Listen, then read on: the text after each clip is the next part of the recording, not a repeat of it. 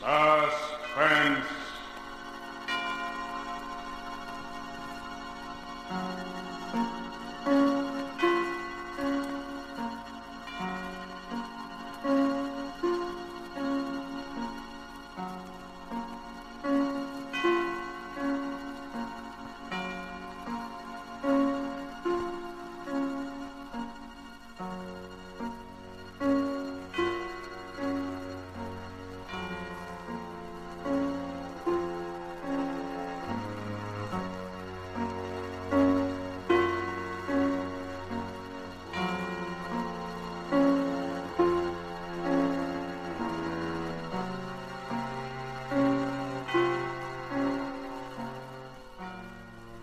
For you men and women in the armed forces of the United Nations, we present one of America's top spine tinglers, a radio rebroadcast of a program dedicated to the mysterious, the unusual, and sometimes the supernatural.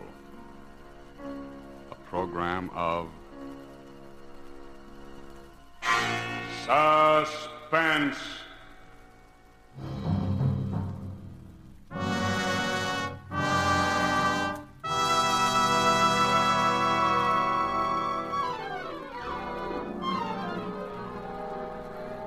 Right this way, ladies and gentlemen, the thrill of a lifetime.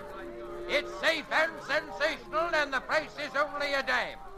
Only 10 cents for the fastest and the fanciest ride in Ocean City. It's not a roller coaster, ladies and gentlemen. It's an experience.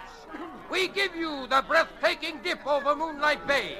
We give you the Tunnel of Love. And it's the longest and the highest and the very finest scenic railway in the world. How many good-looking? 2 tickets. 2 it is. Now, listen, Tom, is this really necessary? Oh, what's the matter with you? You scared? Come on. Well, I just don't like these things, that's all. I never have. Don't be silly. It's no worse than riding to a stick-up in a prowl car. Yeah? Well, I never liked that either. Go on, get in. Oh, no, not in the last seat. That's definitely out. Okay. So we'll ride in the last seat the next time when you're over your stage fright. You'll ride in the last seat the next time. For me, this is strictly a one-shot proposition, and don't expect anything different. Safety belt, Mac. Everybody got their safety belt buckled?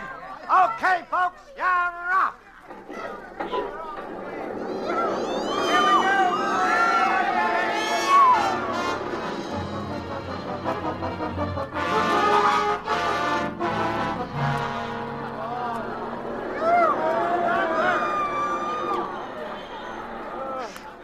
Tom, are we still alive? Well, can't you tell? All right, folks, who's going to ride again? Come on, what do you say, Benny? You want to try it again? Are you crazy? Come on, it'll do you good. Don't tell me. This thing is a menace to health and sanity.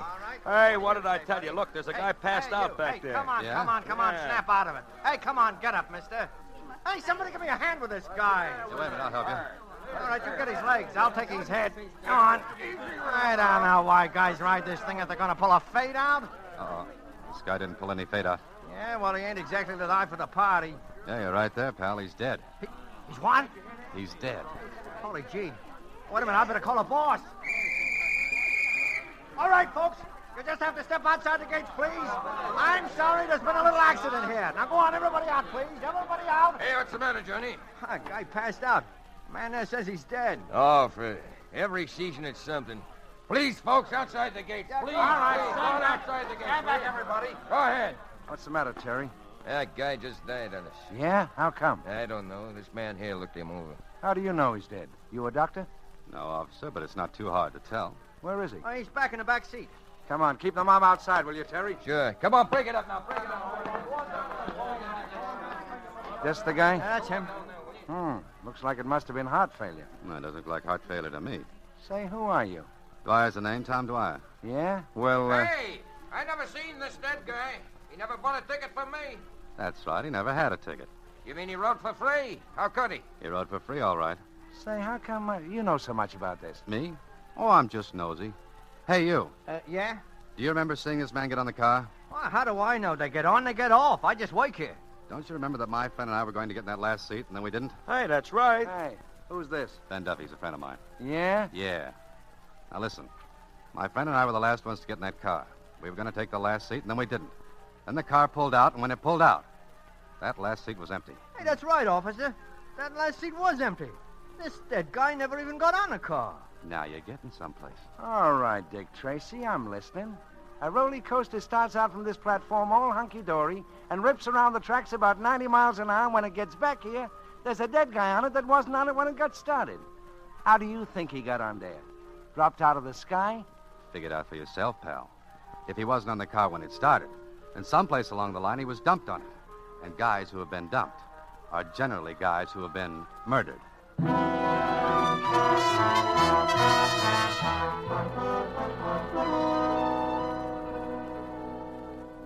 Murder is a rude and terrible customer, always.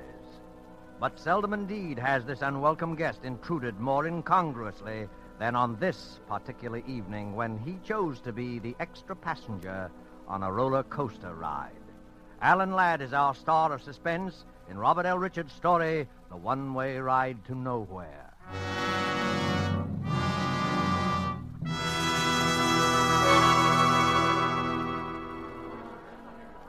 Hey, Tom, where you been? We're all supposed to be waiting in here for the chief of police. Making a phone call, that's all. Anybody I know?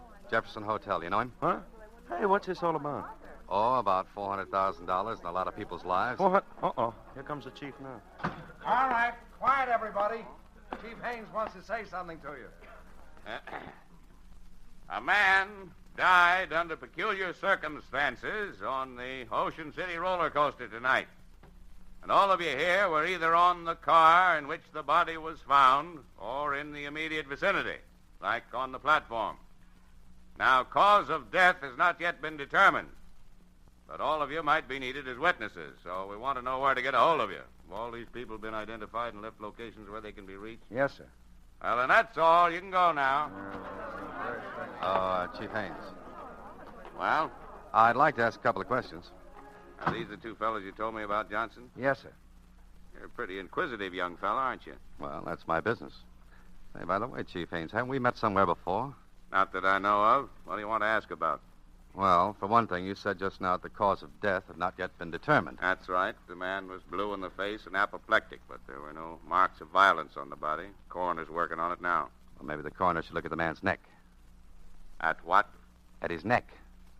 Listen, you're no doctor, and neither am I. The coroner of this city knows his business. Okay, Haynes, okay. I just thought I might save him a little time. Well, you're wasting my time. If you think I'm going to give you an inside track so that you can go to this poor man's family with some sales talk that you can help him bring some kind of a legal action... Oh, he's got a family, has he? Yeah, he's got a family, and I'll get out of here. And his name is Richard Elliston Brighton, and he's the professor of psychology, and he comes from Chicago, huh? Right. So you went through his pockets before my men got there. Now, did I say that? Listen to me, young fella. You know entirely too much about this case for your own good. You're from Chicago, too, aren't you? Mm-hmm, that's right. What are you doing here? On a vacation, visiting my friend here. Well, you better take a... Oh, hello, Doc. What about it? Murder. He was strangled. Strangled? Yep. We got a good look at him. We found a thin red mark around his neck. He was strangled with something like a picture wire. Now, isn't that a funny way for a middle-aged professor to be knocked off? It's a funny way for anybody to be knocked off.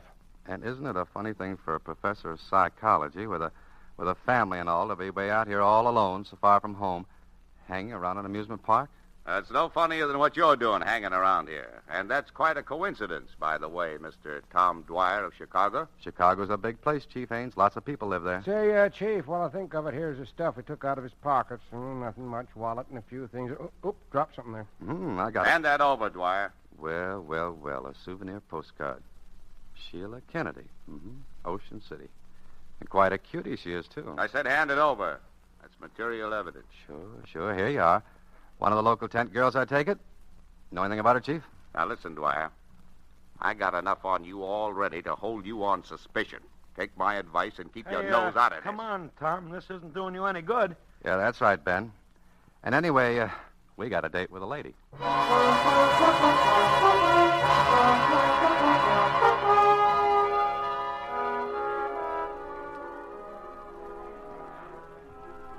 They're lovely, they're luscious, they're delightful, and they're daring. The most gorgeous girls, the most beautiful of any garbage kind in the world. Bud, can we go in now? Yeah, what'd she say? Hey, what's that? I said, can we go in now? Oh, yeah, okay, fellas. Down there at the second door. I told her about you, and she says it's okay. Thanks. Make it snappy. She goes on in a couple of minutes. They're lovely. They're luscious. They're gorgeous. The most gorgeous girls in the world. The most beautiful of any show in the world. Room of her own. Sheila must be all right. Hey, I thought you said this was business. It is. Wait out here, will you, Ben? Oh, so when it's dames, I wait outside. I said this was business. Who is... I don't know you. Well, maybe we've both been missing something. How did you know I came from Chicago? You'd never have got in if you hadn't pulled that. Well, it was a good guess, wasn't it? Well, I don't know you, and I don't want to know you, so beat it. Now, look, Sheila, I didn't come here to cause any trouble. My name's Tom Dwyer, Are and you going to leave, or do I call the bouncer? Sheila, a man was murdered in the amusement park tonight. Murdered? Well, hadn't you heard? Everybody has, but I didn't know it was... He was from Chicago, too. And Sheila, he had your picture in his pocket. My picture? Mm-hmm, that's right. Oh, so what? Well, there must be 50,000 old goats from one end of this country to the other with my picture in their pockets. They sell them at the show. Now, how did you know how old he was? I didn't... I was only... Professor Brighton didn't come around the last 2 or 3 days to talk to you about anything, did he, Sheila? No, I don't even know what you're talking about. You got no right to question me. You know what I think, Sheila? I don't know, and I don't care. I think you're in a tough spot and you'd like to be out of it, only you don't quite know how. Well, what if I am? Well, maybe I can help you. Nobody can help me. This is murder, Sheila. That's not so good. What's your angle in all this? I wouldn't kid you. I'm a private detective. I make my living in things like this. Aside from that, and as a general rule, I just don't like murder. Listen, mister, what'd you say your name was? Dwyer. Tom, to you? All right. I don't know why, but you seem like a nice guy. I am. Wait till you get to know me better. Might have been nice at that, but keep out of this. For your own good, you'll get nothing but grief. What kind of grief? The worst kind there is. You saw what happened to the professor. The poor guy. Get out of the amusement park. Get out of Ocean City and stay out. Thanks, Sheila. Maybe you're right. I know I'm right. But I'm in kind of deep already. Is there anything particular I should look out for? Come on, Sheila, you're on. Okay. Listen, Tom, just remember, that roller coaster isn't the only one-way ride to nowhere around here. One-way ride to nowhere.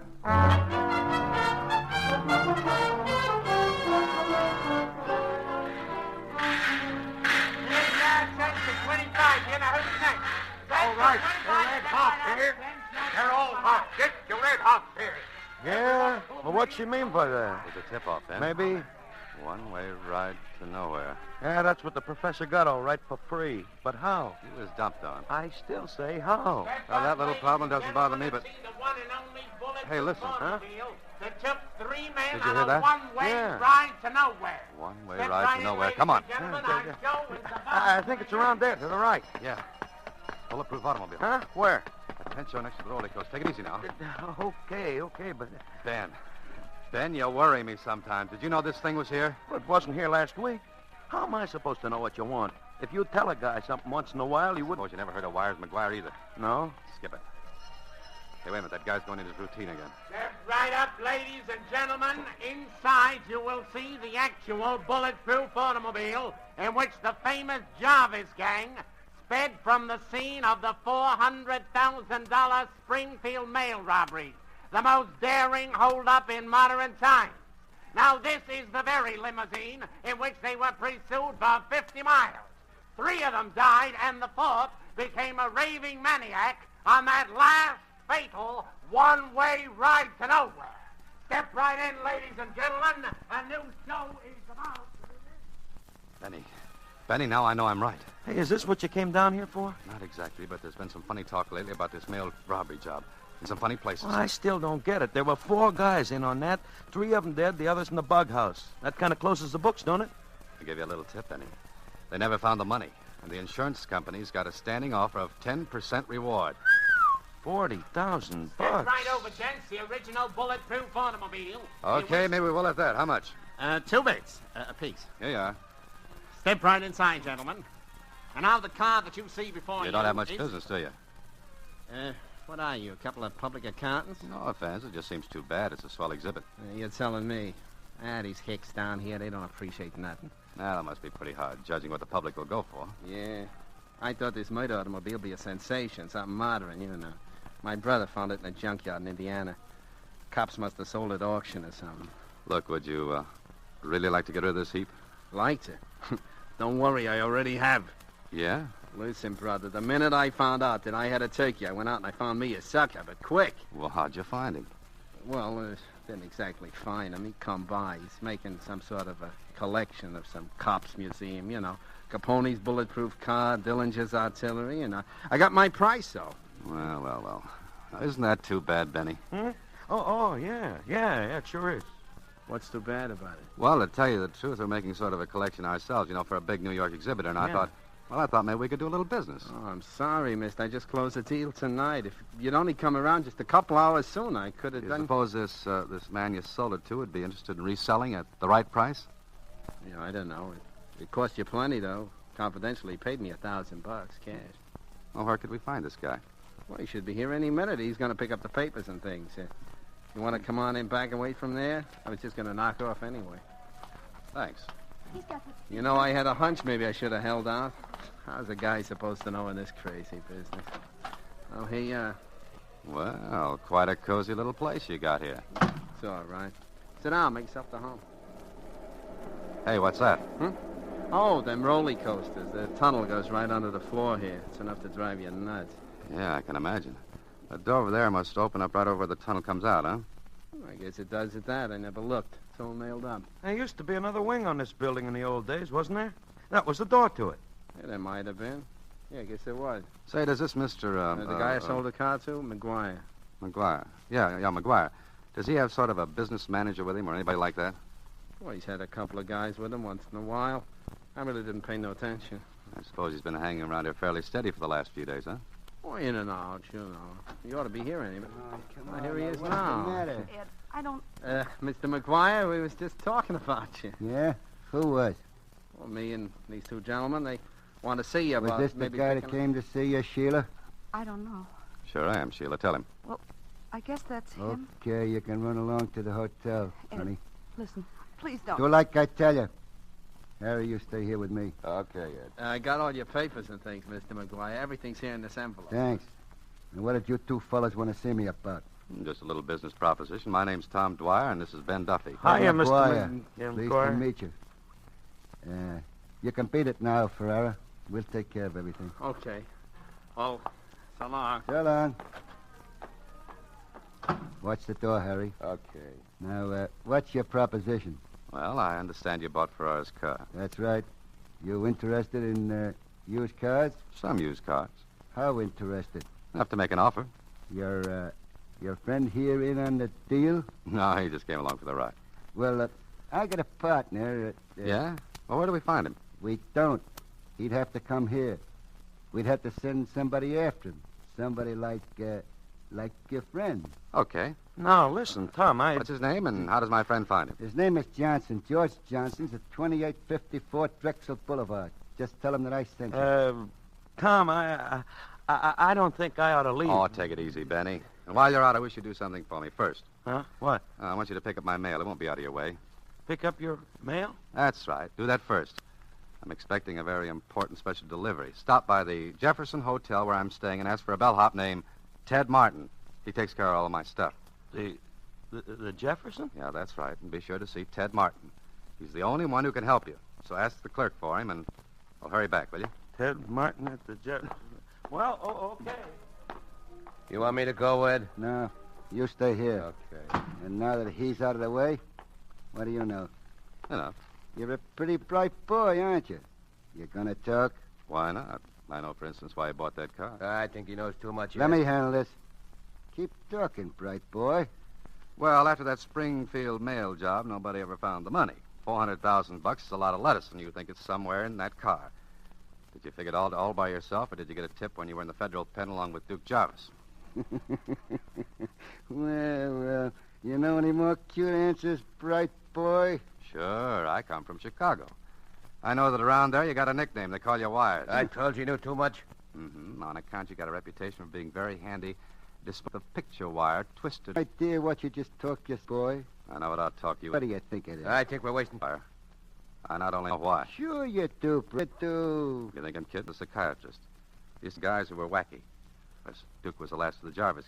He was wacky, all right. That slip about the money being still... Oh, when the professor heard about the car, a piece of change. Him first, right? You got... All but one thing. I don't think you're smart enough to pull this. You do have a partner. I tell you, we're wasting... Now listen, bright boy. That, make it? For Lenny. What do you say, bright boy? Harry. Okay. You better Say. Who else knows about... This ain't gonna... Boy, talk. Go to...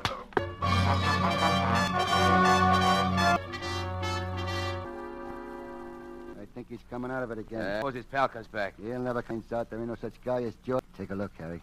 Okay. Pains, Ed. Okay. Open. Thought I told... Then he knows plenty. We've been trying to sweat out of him who...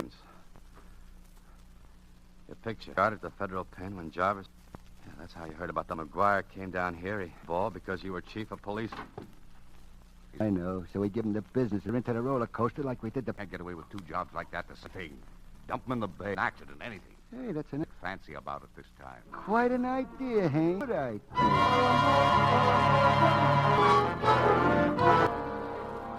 The fanciest roller coaster. That hat down over his face and hold him up. What seat do we want? What's the difference? Get him in. Take the middle one. Keep that belt loose.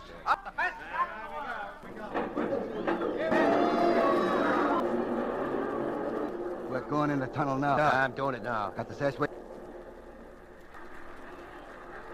We're out now. Watch him. What was that? What's the difference? Hang on to him. Stop. You know what to do, Harry. Yeah. Stay. Okay. I'll yell and we both hands sink like a... Okay, McGuire, put up your... And...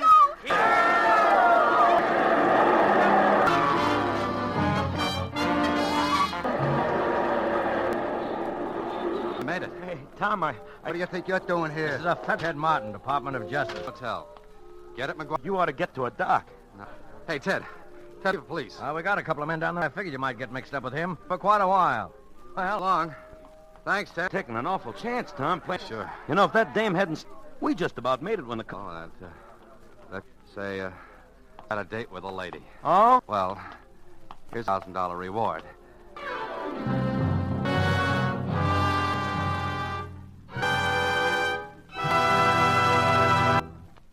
And one-way ride to nowhere. Tonight's take Suspense. Suspense is rebrought in the Armed Forces of the United... In the brief time remaining, we turn to our guest orchestra, Donald Voorhees.